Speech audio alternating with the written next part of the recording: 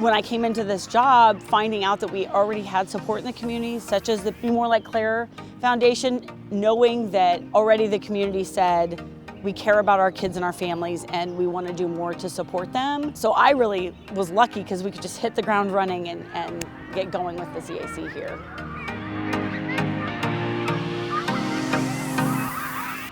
So my name is Bev Turner. I'm the Executive Director of the Children's Advocacy Center for Douglas County. Our role as a Children's Advocacy Center is to help reduce trauma to children who are going through an abuse type situation, and we're advocating on behalf of the family and the child. So I would really like to thank all of our donors that support the Be More Like Claire efforts. It enables us as a Children's Advocacy Center to be able to offer services to our children and families free of charge. We're really lucky because everything we do is child-centered. So our process is really so that we can take something that is a traumatic event and reduce the number of times a child needs to tell, and then also get our families aligned with services. I found so much empowerment in helping families realize that there are things we can do.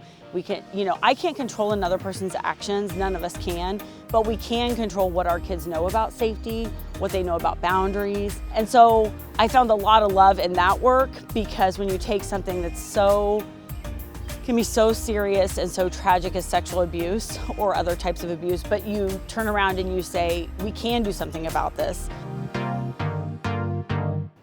Our initial funding started with a large federal grant, but anytime you have a large federal grant like that, you have to prove that you have financial support for a percentage of that anyway. And so the Be More Like Claire Foundation, that money was vital to us having those startup costs. So thank you. Thank you very much for everyone that supports the Be More Like Claire efforts. So I just can't thank the donors enough for including us in their efforts.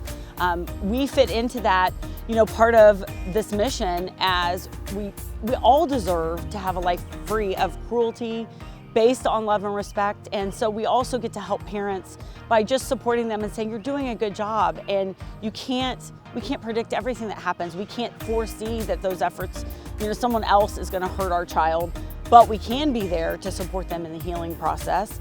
And we can give them all that love and support when they're going through something. We can't walk the path for them, but we can be right there next to them, holding their hand.